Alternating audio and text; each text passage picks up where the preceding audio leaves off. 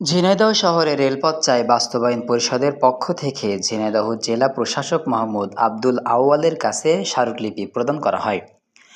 বুধবার দুপুর ১২টার সময় ঝিনাইদহ জেলা প্রশাসক মহোদয়ের কার্যালয়ে ঝিনাইদহ শহরে রেলপথ স্থাপনের দাবিতে ধারাবাহিক কর্মসূচির অংশ হিসেবে স্মারকলিপি প্রদান করা হয়।